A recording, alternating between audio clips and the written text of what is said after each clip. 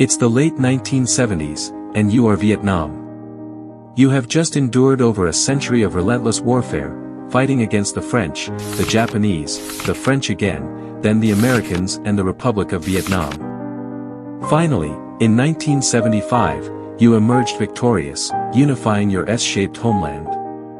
Exhausted from war, you now seek to rebuild and establish international relationships for mutual growth. But your allies are far away. You recall the old saying, better a neighbor near than a brother far away. So, you turn to those around you, searching for friends close by. Looking east, nothing but the vast sea. Turning west, you see Laos, your war-torn brother, struggling just as you are. They need help more than they can offer it. You glance south, there lies ASEAN, a bloc founded to counter communism, hardly a welcoming partner. Southwest, you have Cambodia, once a fellow warrior against the Americans. But now, a butcher rules their land, massacring their people. You have no choice but to intervene. That leaves only one direction, north. China, the elder brother of the socialist world. They supported you in the war against the US, swearing loyalty with poetic pledges of shared struggle.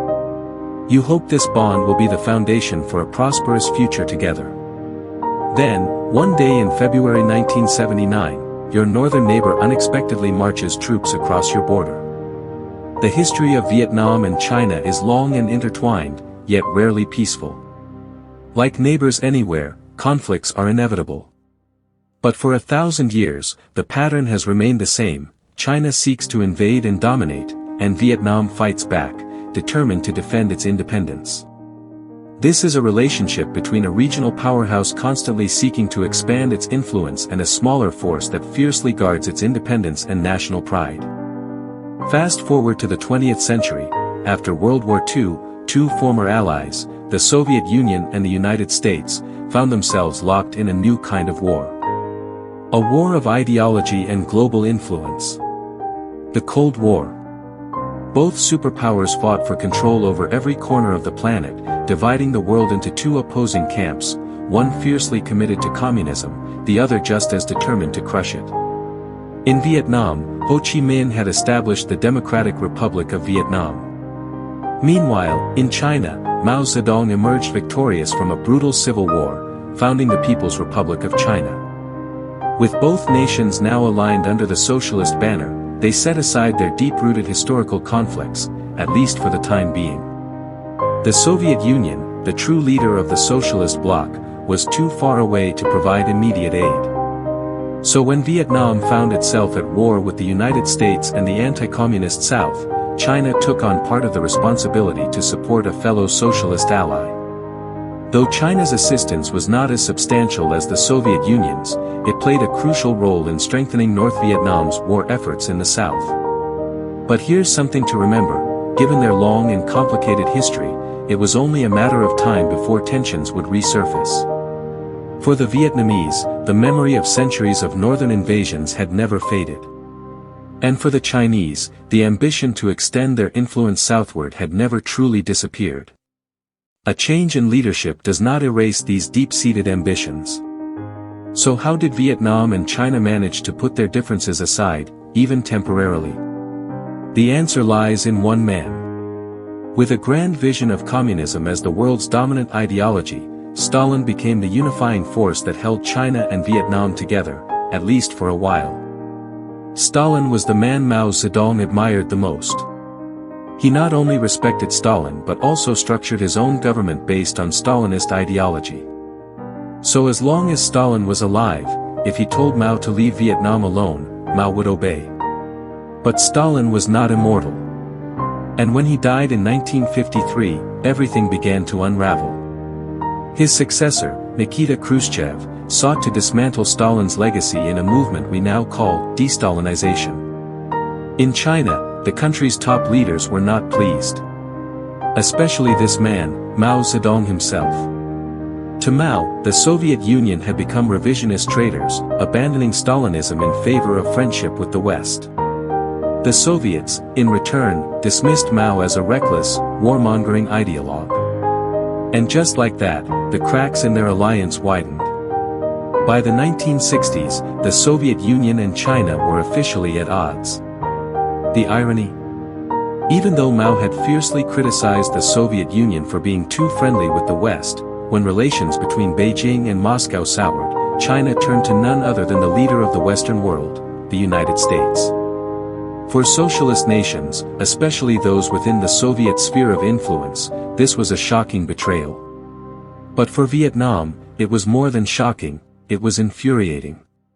Vietnam was locked in a brutal war against the US and its puppet regime in the South, fighting for national reunification. Yet now, China, the same country that had once supported Vietnam, was siding with the very enemy trying to crush it.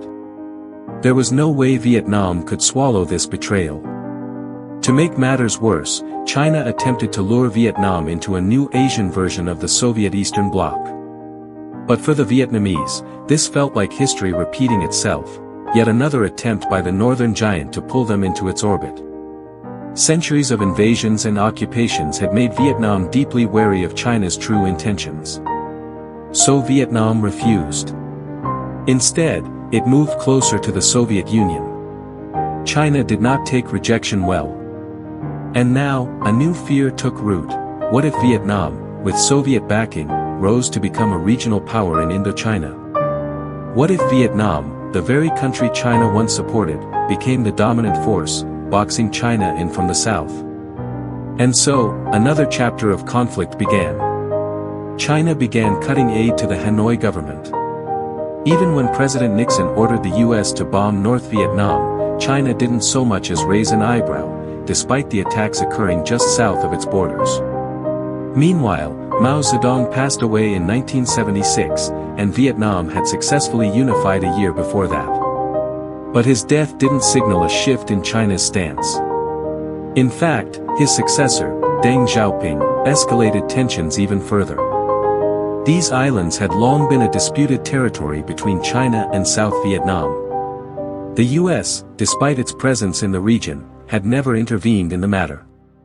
But when the Republic of Vietnam ceased to exist, China simply transferred the dispute to the newly unified Socialist Republic of Vietnam.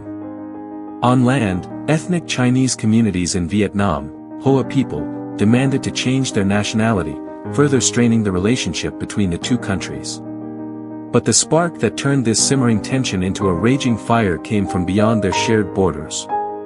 This man had once been a comrade to both Vietnam and China. With their backing, he successfully unified Cambodia under his rule. Pol Pot, a staunch Maoist, was a natural ally of China. But more importantly, he harbored a deep hatred for the Vietnamese. Should we make a video on why Pol Pot despised Vietnam so much? That would be an interesting story. We don't have time to dive deep into the details, but for now, just understand this: Pol Pot despised the Vietnamese and wanted to prevent them from forming a communist bloc in Indochina. He started committing brutal and reckless acts, invading Phu Quoc Island and massacring Vietnamese civilians along the border. Deng Xiaoping welcomed this. Pol Pot's aggression aligned perfectly with China's interests. As long as there was resistance to Vietnam in Indochina, Vietnam wouldn't be able to expand its influence across the region. China began supplying Pol Pot with aid, encouraging him to continue his attacks on Vietnam. But one day, Vietnam had enough. It sent troops into Cambodia and overthrew Pol Pot's regime. That was the final straw. China felt humiliated.